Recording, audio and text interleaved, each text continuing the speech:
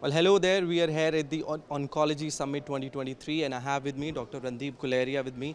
Thank you, sir, for joining us. Thank you. Sir, my first question to you is: you were briefly talking about the challenge of NCDs in India. Now, from 1990s to 2016, there has been a considerable shift towards NCD as a challenge. So, what can you tell us about this challenge and how are we fighting it currently in India?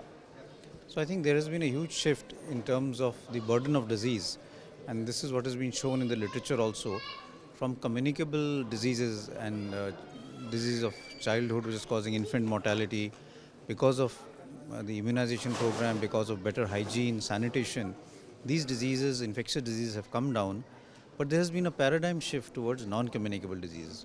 But the healthcare system has to evolve to manage these. Because if you talk of infections, you have malaria, you have dengue, you take treatment, you go home and you're all right.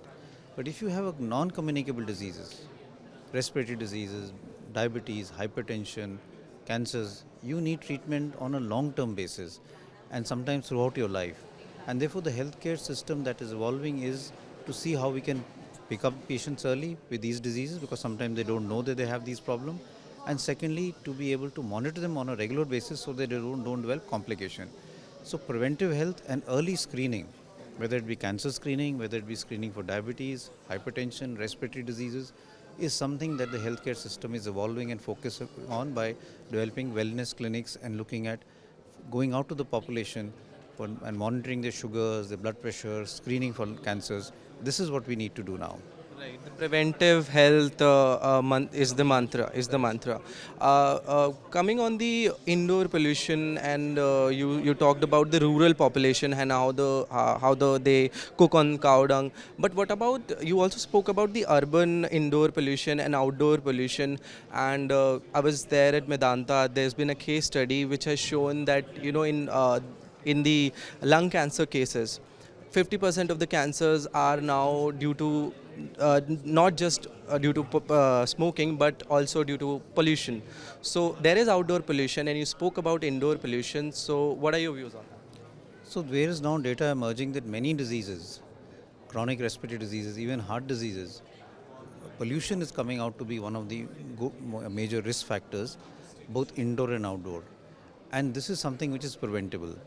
We see a lot of pollution happening in the Indo-Gangetic belt, which is central part of India, because it's a landlocked area, and sometimes there is very little wind velocity to push the pollutants out, and especially during the winter months.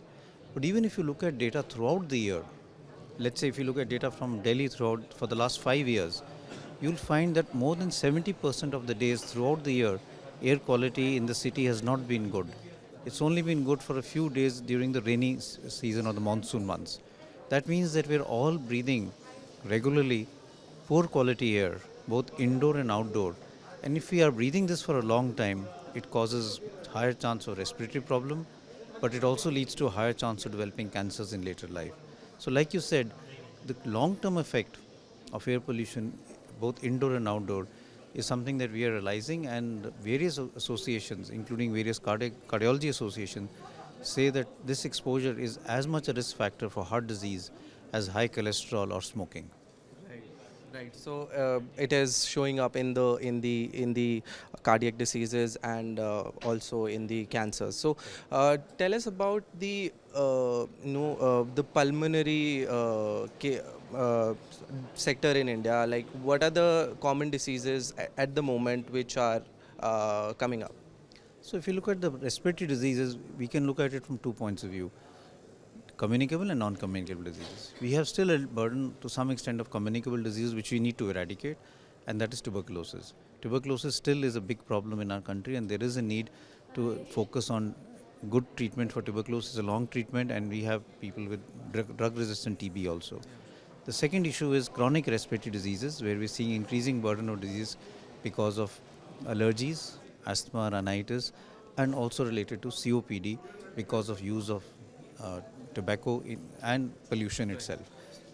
So, what can one do to prevent indoor pollution?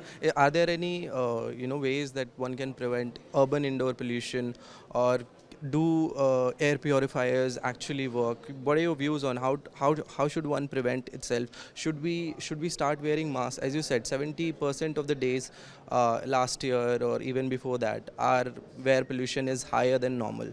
So what are ways for a person living in Delhi to prevent himself from indoor and outdoor pollution? So two things in this. One is what can we do to decrease our carbon footprint? And I think we should all become part of a movement to influence policymakers to get in policies so that the city is environmentally friendly. It's possible. We had London smog in the 50s, very bad air pollution then, but now the city is, despite large amount of traffic, doesn't have very air quality is very good. Various other cities, Los Angeles, Mexico City, have also shown that. So each individual has a responsibility to see that I should not use my vehicle if I can walk to the market or walk to place, try and use public transport as much as possible, uh, push aggressively for a green path where cycling can be done, people can walk and it's safe to do that. So that type of activities. As far as indoor air pollution is concerned, at the individual level, yes, to some extent air purifiers may help, but the data is not very strong, and our houses are not in a sealed environment, and you can't stay 24/7 inside the house. You have to go out. So air quality, your exposure will still be there. But yes, to some extent, purifiers may have some role. Also, if you're going out and AQI is bad, you should wear your mask. People who have chronic respiratory diseases, chronic heart disease, should avoid going out, especially early morning walks in winter when air quality is very bad. So you must be able to know what is the AQI of the area you're going to, and if the AQI is not good and you are prone to developing respiratory problems, then better to avoid it or wear a mask rather than getting that exposure. Right, you're doing more harm to your body than you're doing good while walking or running. I see people walking or running with a mask. I don't know how comfortable that is to the lungs, or what are you? So it's difficult to do, and especially when you're running, your respiratory rate goes up, you're breathing in and out very rapidly, and sometimes you're not able to breathe properly, and if your mask is not well fitted, then a lot of air comes in from the side of the mask because you're sucking in air while you're running and you need more oxygen. So sometimes it's better not to really do strenuous activity when air quality is very bad, especially outdoor activity. Right. Thank you so much. So you're saying that we, as citizens, there should be a citizen, activism in us, to not only bring change in ourselves, but also push for policy change, which is the major. You talk about London. Talked about London and the industrial pollution which was there at that time. So there was a sentiment which was there in the public that led to the policy change. So you are referring to that. Correct. So we need to develop a push, and we need to make this an important issue, because we're not only looking at the problem it can cause to us, but to the future generations also. Thank you so much, Dr. Guleria, for joining us. Thank you. Thank you very much. Thank you.